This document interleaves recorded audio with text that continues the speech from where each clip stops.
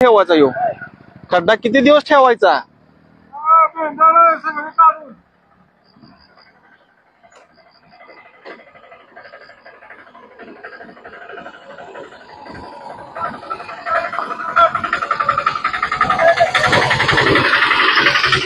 काय म्हणताय? सगळ्यांनी कुठं काढली? काय बोलताय? होय, कुणाला पाठवलंय? हा, कुणाला पाठवला? कारखान्या पत्र गेली ती. कारखान्या पोतर गेले तरी पण रस्ता दुरुस्त होत नाही.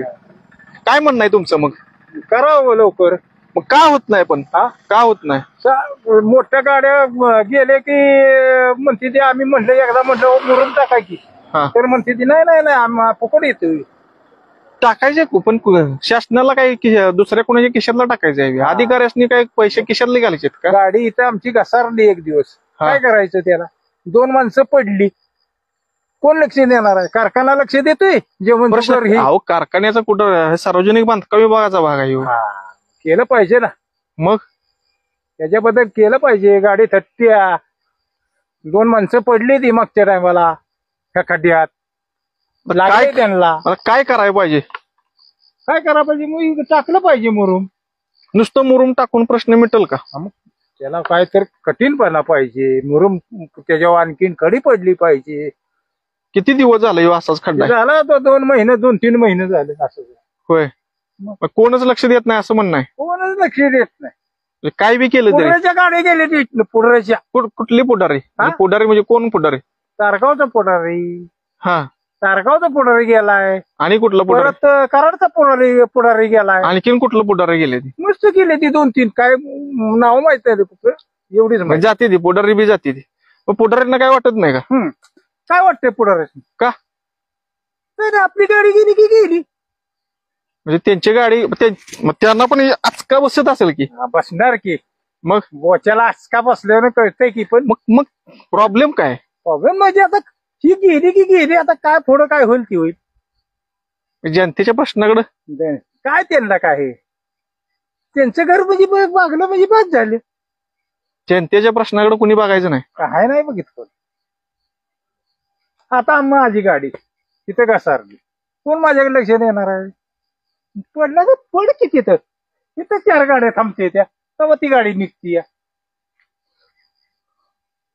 म्हणजे आता ही ऊसाची वाहतूक ती करणारा ट्रॅक्टर इथं ट्रॅक्टर अडकला, तिथं निघाला. त्याला 3 लावल्याशिवाय निघाला नाही त्या खड्ड्यात. होय. एक चाक तिथं गेलं, एक चाक इथं गेलं. ते ड्रायव्हर बेलं भरलेलं. आता काय त्याला काय जोखम माहिती? जे भयानक आहे. आता पाणी आटलं म्हणून, आणि पाणी हो असताना एखाद्याला वाटतं जे याला खड्डाच आहे त्याला जोखम कुणी घ्यायचं? आता काय म्हणजे शासनाने घेतलं पाहिजे, पुढाऱ्याने घेतलं पाहिजे. त्याला लय माणसं आहे ती, ज्याचे ऊस जाते का नाही पुढारी, ज्या कारखान्याला ऊस जाते त्याने लक्ष दिलं पाहिजे. आपला ऊस कुठल्या कारखान्या कुठल्या भागाने येतोय? तारगाव मार्ग येतोय, त्यांनी लक्ष दिलं पाहिजे. पण आता सगळ्याच कारखान्या जरंडेश्वरला ऊस जातोय, जयवंतला जातोय, सह्याद्री सक्करेला जातोय. एवढं कारखाना आहे ती तेवढ्याने ती लक्ष दिलं पाहिजे. ती देत नाही. देत नाही. आता त्या दिवशी ती मोडलंय, काय करायचं त्याला? चांगल्या गाडी कुठलं अडकवलं. म्हणजे सगळे अडचणीचा भाग आहे. आता हे गाडी येते ती, हे गाडी रोज येणाऱ्या लोकांना पण काय वाटत नाही का बाबा आपले बाबा या अशा? आता ही तर कराड बांधकाम विभागाच्या हद्दीत आहे. कराड बांधकाम विभागाच्या हद्दीतला कराड बांधकाम विभाग काय झोपलाय का? झोपलाय का? काय म्हणणं आहे त्यांचं? का त्यांना ही माहितच नाही? त्यांच्या खिशात घालायचे काय? फक्त फोन लावून विचारायचं काय करताय, काय काय तो रस्ता करा, तो पुढे भरून घ्या.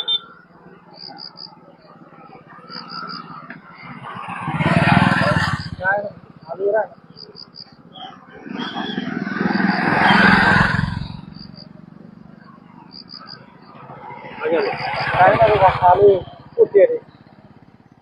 मित्रांनो, हे ठिकाण आहे कराड बांधकाम विभागाच्या हद्दीतलं, आणि या बांधकाम विभागाच्या हद्दीमध्ये जे ठिकाण आहे या नवलेवाडी आणि कालगाव याच्यामध्ये ही लय ठिकाण आहे.